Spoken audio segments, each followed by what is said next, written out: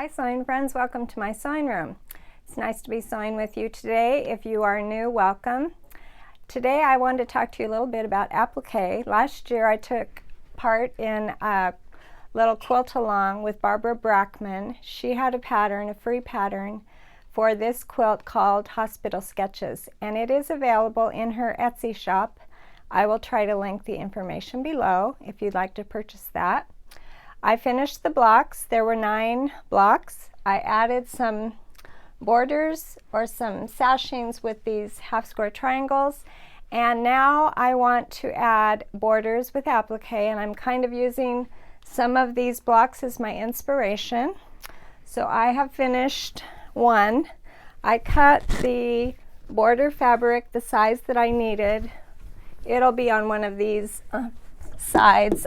I'm not sure which one yet, but I'll hang it right there so you can see it. And it turned out real nice. It's pretty simple. And I'm working on the next 3. I have the vines all appliqued. I do have a video on how to do vines, how you cut it on the bias of the fabric so that it will curve real nice. But these are just done without a pattern. I just kind of got the idea from some of these. I cut them out freehand, I applique them on, I needle turn under the edges. They're not perfect, but they make me happy. So I thought I'd show you how I go about adding simple applique with needle turn. So let's get started. Here's what I'm working on right now. Last night I worked on this flower here that kind of matches the quilt itself, and these were my cut out petals, and I'm going to put a smaller version right here that kind of it fits on that. Then I cut some leaves freehand, and I just pop them in wherever it looks nice. And I have a whole bunch of berries that I made ahead of time because I want a lot of red berries to be sprinkled around the border. So I will figure out where I'm going to put those as I go.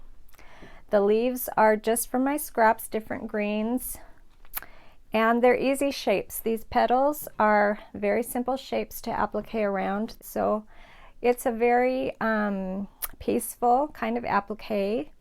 So I'm going to sit down and work on one of the leaves and show you how that works. I'm using very thin thread. I bought this at a quilt show many years ago. It doesn't have a brand name on it or anything, but I know it's very thin and it is not cotton. That's all I remember about that. And my berries are just circles that I've kind of like yo-yos with a raw edge inside. I cut a circle, and these little berries turn out to be about half the size of the circle that I cut. And then last of all, everybody has their favorite applique needle, and right now I'm using these right here. I don't know, can you see that? That's the applique needle, and I'll leave the link below. But everybody prefers different things. So I'm going to put a knot here in my thread, and I'm going to applique one of those leaves down. Sometimes I pin things in place, or you can baste things in place if you really like, you know, the placement that you have found for it. So I'm going to hide my knot behind, and I'm just going to take little stitches around and tuck in as I go. I tend to tuck with my fingers first, and then I use the needle to tuck in too. There are many ways to applique. You can prep these leaves. You can get them all pressed under to the perfect size that you want, but this is another way to do it. So many ways to applique. This is really a free-form way because it will not turn out exactly, it won't be exact, but I want it to touch my vine there a little bit. Then I'm going to tuck in the corner or the point of that leaf, and I'll have to turn my piece and catch that point so that it's down nice and tight.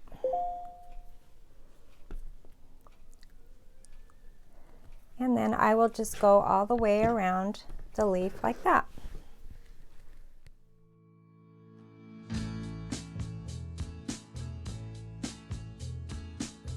Thanks for joining me today. I hope to see you next time.